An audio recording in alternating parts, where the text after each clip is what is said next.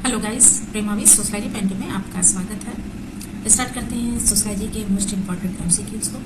और एमसीक्यूज को स्टार्ट करने से पहले मैं आप लोगों को ये कहना चाहूँगी कि आप लोग चैनल को सब्सक्राइब नहीं कर रहे हैं, लाइक शेयर नहीं कर रहे हैं। अगर किसी भी प्रकार की कोई कमी लगती है तो आप कमेंट के थ्रू बता सकते हैं, कमेंट कर सकते हैं, आपकी समस्या का हल ज़रूर होगा। और लेकिन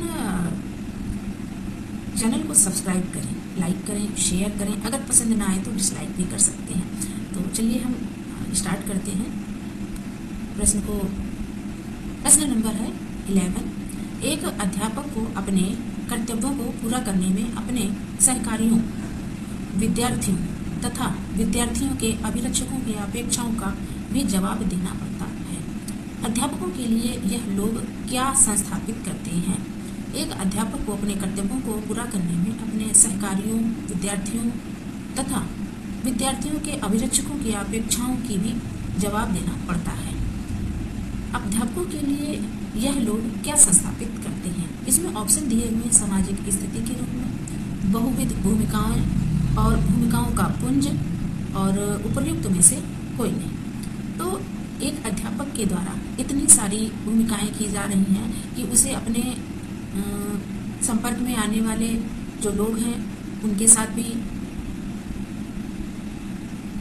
उनके कर्तव्यों का भी निर्वहन करना पड़ रहा है। विद्यार्थियों के लिए सही मार्ग को भी प्रशस्त करना पड़ रहा है और विद्यार्थियों के अभिभावकों की जो अपेक्षाएं हैं अध्यापक से उनको भी पूर्ण करना पड़ रहा है। तो इस तरीके से एक अध्यापक के द्वारा बहुत सारी भूमिकाएं निभाई जा रही हैं। तो ये क्या है कि भूमिकाओं का एक पुंज है।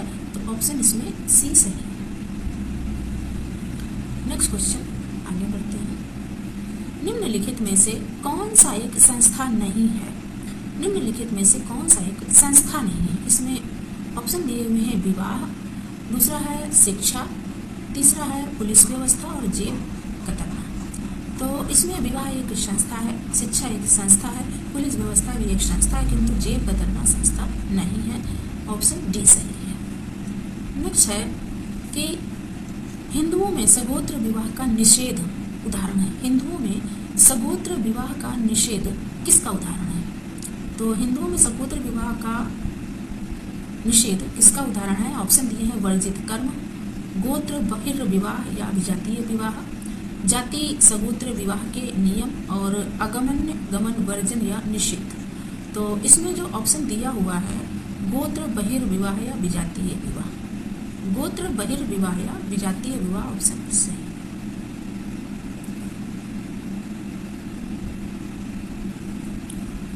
ऑप्शन बी सही है इसका।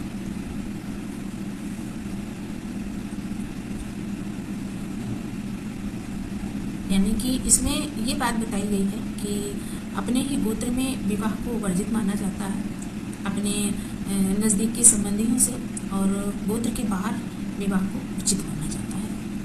तो आगे बढ़ते हैं। आगे है वो प्रक्रिया जिसके द्वारा सांस्कृतिक तंत्र, वो प्रक्रिया जिसके द्वारा सांस्कृतिक तंत्र सांस्कृतिक रूप से एक विशेष समूह से दूसरे समूह में फैलता है। निम्नलिखित में से कौन सी है?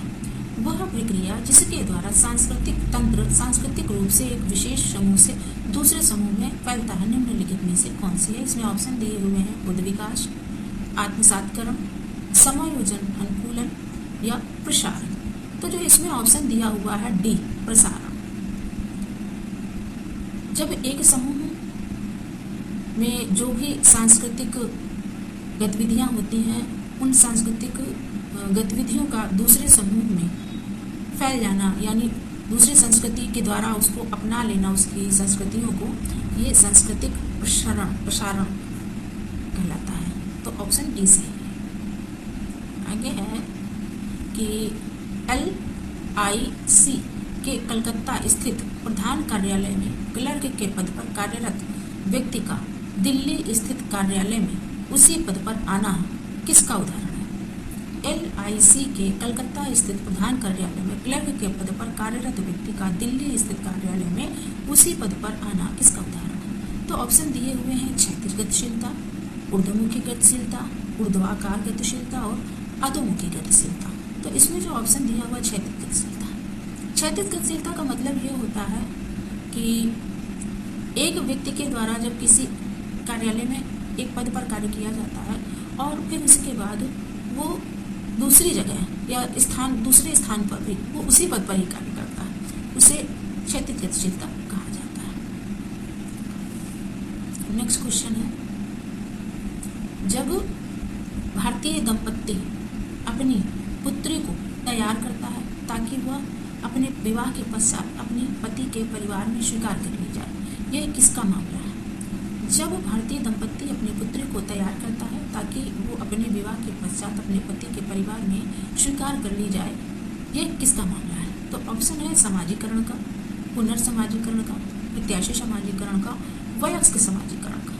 तो एक पुत्री को उसके माता पिता तैयार करते हैं कि मेरी पुत्री दूसरे परिवार में जाकर रहे, तो ऐसी स्थिति में जब वो दूसरे परिवार में जाएगी तो उसको पुनः से अपने जीवन में बहुत सी चीज़ों को अपनाना पड़ेगा, सीखना पड़ेगा। यानी कि एक उसके माता पिता की उसके प्रति आशाएं हैं कि वो दूसरे परिवार में जाके वहाँ पे वो अपने आप को एडजस्ट कर लेगी, समायोजित हो जाएगी। तो इसे क्या कहेंगे? प्रत्याशी समाजीकरण। यानी ऑप्शन इसका 3 सही है। नेक्स्ट क्वेश्चन है, दुर्खीम के अनुसार धर्म निम्नलिखित के बीच अंतर में स्थित है। दुर्खीम के अनुसार धर्म निम्नलिखित के बीच अंतर में स्थित है। तो किसके अंतर के बीच स्थित है?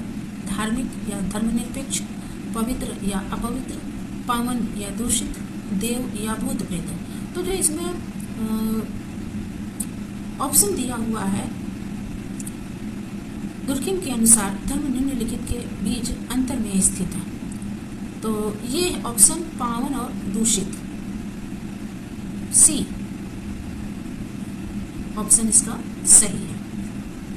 इसके बीच में बताया है दुर्खीम ने कि धर्म निम्नलिखित के बीच अंतर में स्थित है, पावन और दूषित के बीच में, यानी पवित्र और अपवित्र के बीच में। जो इन्होंने बताया है कि समाज में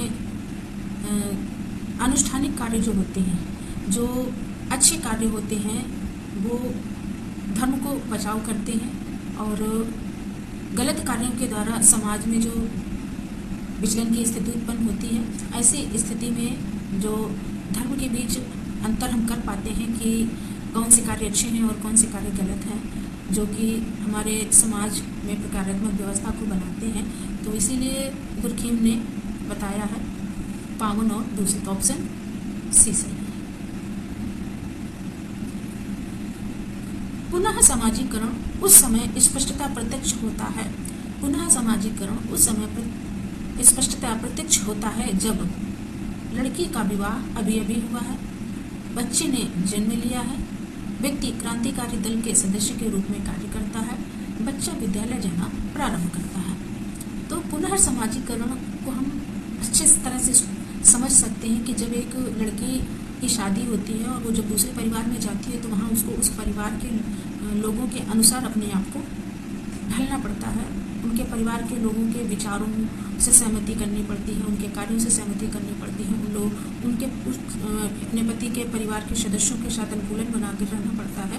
तो ऐसी स्थिति होती है पुनः समाजीकरण की। तो इसका ऑप्शन सही होगा, लड़की का विवाह अभी अभी हुआ है, यानी कि ऑप्शन ए सही है।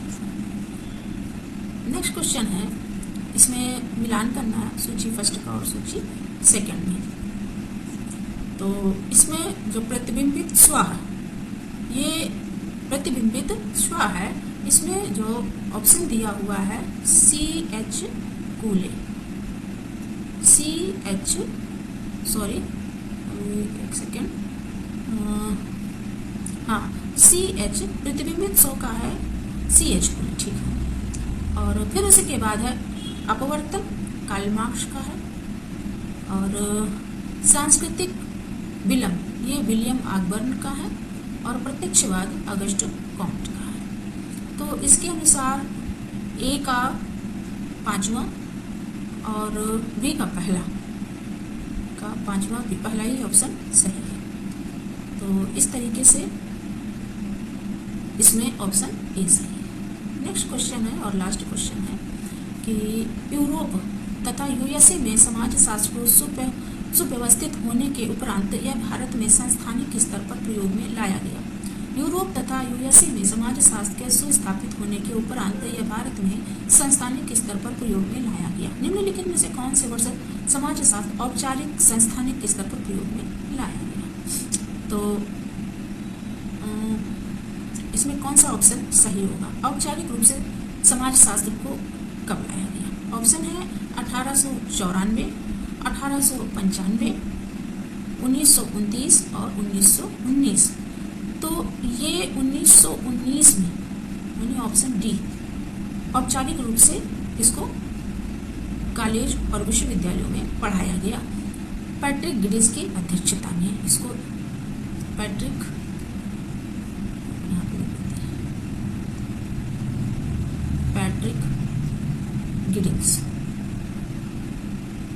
गिडिंग्स की अध्यक्षता में बॉम्बे में मुंबई विश्वविद्यालय में सर्वप्रथम औपचारिक रूप से समाजशास्त्र विषय की शुरुआत की गई। वीडियो यदि अच्छी लग रही हो मेरी तो चैनल को लाइक, शेयर, सब्सक्राइब अवश्य करें। Thanks for watching.